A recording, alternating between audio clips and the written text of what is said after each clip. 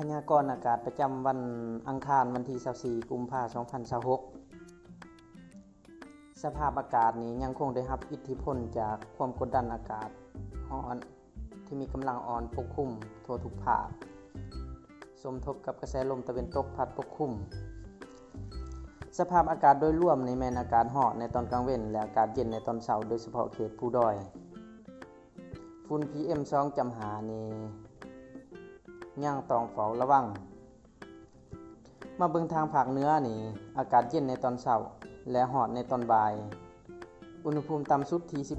15-19 สูงสุดอยู่ที่ 28-32 องศาภาคกลางนี่อากาศอบอุ่นในตอนกลางคืนและร้อนในตอนกลางวัน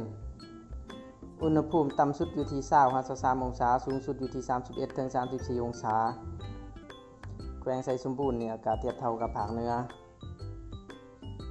ทางภาคใต้นี้อากาศร้อนต่ำสุดอยู่ที่ 21-24 องศาสูงสุดอยู่ที่ 33-35 องศา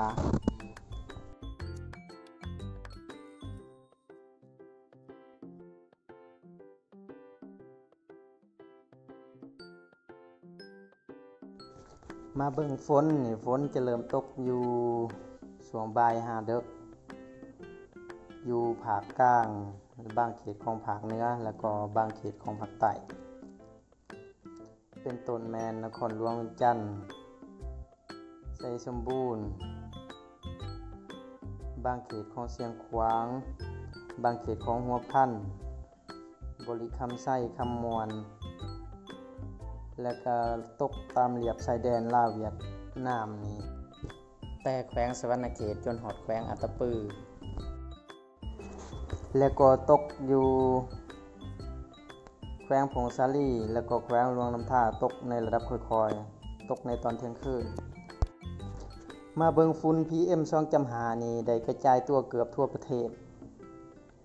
เขตที่ได้รับผลกระทบนี้มีแขวงจำปาสักอัตตปือนครหลวงวิจันทร์และก็แขวงบริคำไส้ส่วนแขวงอื่นๆยังต้องได้เฝ้าระวัง